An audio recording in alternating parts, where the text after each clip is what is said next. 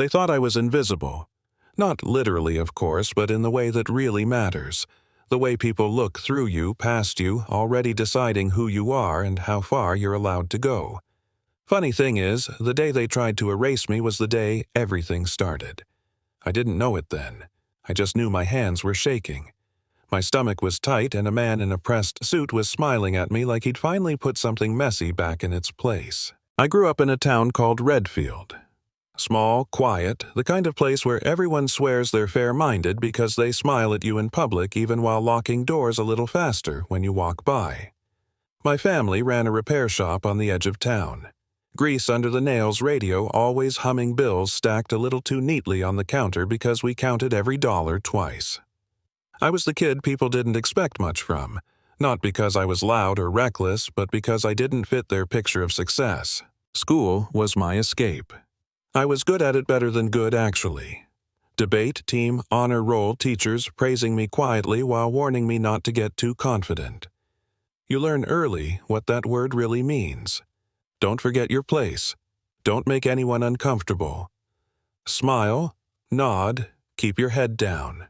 The principal, Mr. Halverson, loved to remind me of that. Tall guy, practiced handshake voice that sounded friendly until you listened closely. He'd stop me in the hallway and say things like, "You're doing well, kid, but remember real life isn't about trophies." Said it with a grin, like advice. I nodded every time, even when I knew he never said that to anyone else. The breaking point came on a Friday. Final debate of the season. College scouts in the room. My opponent was the principal's favorite student son of one of the town's biggest donors. He shook my hand and whispered, "No hard feelings when this is over." I smiled back and said, "May the best argument win." He laughed. I don't think he thought I was serious. When it was my turn to speak, something clicked. I talked about fairness, about systems, pretending to be neutral while quietly choosing winners. I saw judges lean forward. I saw my opponent falter. When they announced the winner, there was a pause, just long enough for hope to feel dangerous. Then my name echoed through the room. I didn't celebrate, I just exhaled, like I'd been holding my breath for years. That night, my mom hugged me, my dad clapped my shoulder, and for a few hours, life felt light. The next morning, I was called into the principal's office. No warning, no explanation. Just my name over the intercom, flat and final. Halverson didn't look angry. That's what scared me. He looked satisfied. He slid a folder across the desk and said they'd found evidence I cheated on a test. An answer sheet in my locker. Zero tolerance policy. Effective immediately, I was expelled. I laughed at first, not because it was funny, but because it was impossible. I told him he was wrong. I asked for proof, for an investigation, for a chance to defend myself. He leaned back and said, "This isn't a courtroom, it's a school." Then he added softer, "You flew too close to the sun." Security walked me out like I was dangerous.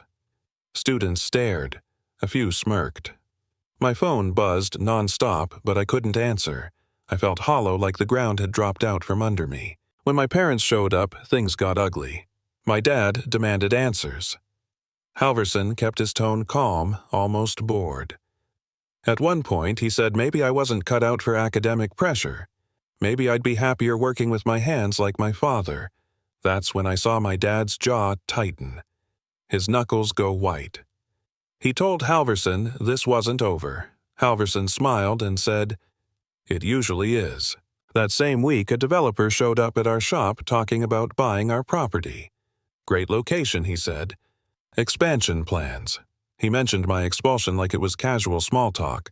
"Hard time for your family," he said. "Maybe a fresh start somewhere else." That night, someone smashed our shop window. No theft, just glass everywhere glittering under the streetlight like a warning. That's when I stopped feeling sorry for myself and started paying attention. A teacher reached out quietly, told me things didn't add up. A friend pulled school records and found patterns. Grades, changed complaints, buried certain kids protected at all costs. It wasn't personal, not just personal. It was systematic.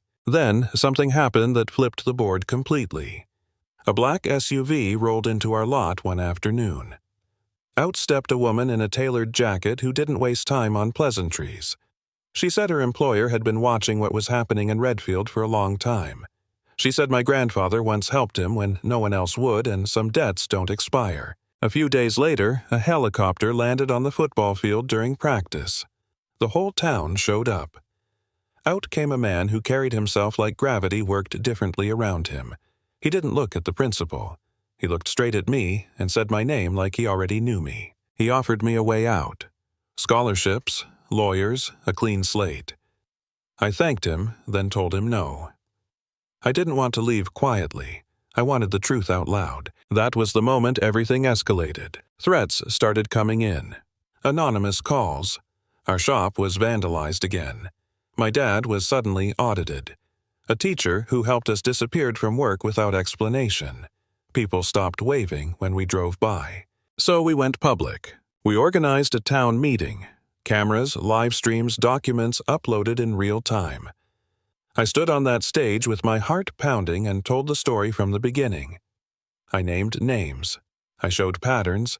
I talked about how power hides behind policies and smiles. Halfway through, a man ran in, shoved a flash drive into my hand, and shouted, "Play it." The footage that rolled next changed everything. Meetings, voices, plans laid bare. They talked about controlling outcomes, about removing problem families, about using schools as leverage. The room erupted. People screamed. The principal tried to leave. Authorities moved in. And then, the man who delivered the drive took off his mask. It was the student I beat in debate. Bruised, terrified, and finally honest. He admitted what he'd done. He said when he tried to stop it, they threatened him too. That night Redfield stopped pretending. Arrests followed. Charges stacked up. Deals unraveled. The developer vanished and was later found hiding offshore. The principal went from shaking hands to wearing cuffs. Weeks later, I stood outside the courthouse with my parents. Our shop was still standing. My name was cleared. Offers poured in from schools that suddenly wanted me very badly. I turned most of them down. Instead, we started something new. A foundation to help families who'd been pushed, silenced, erased the same way we almost were. The teacher who vanished came back and now runs the school. My friend became a journalist. Even the kid who once stood across from me is rebuilding his life, telling the truth wherever it leads. Sometimes people ask if I'm angry. I tell them no. Anger burns out too fast. What I feel is steady, purposeful. Like I finally understand something my dad used to say when money was tight and the world felt unfair. They can take a lot from you, but only if you let them take who you are. So let me ask you something. Have you ever been judged before you spoke? Punished for standing out, told to know your place?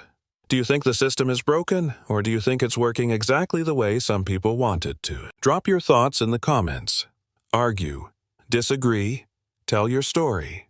Because silence is what lets this stuff survive, and sometimes the most dangerous thing you can do is refuse to disappear.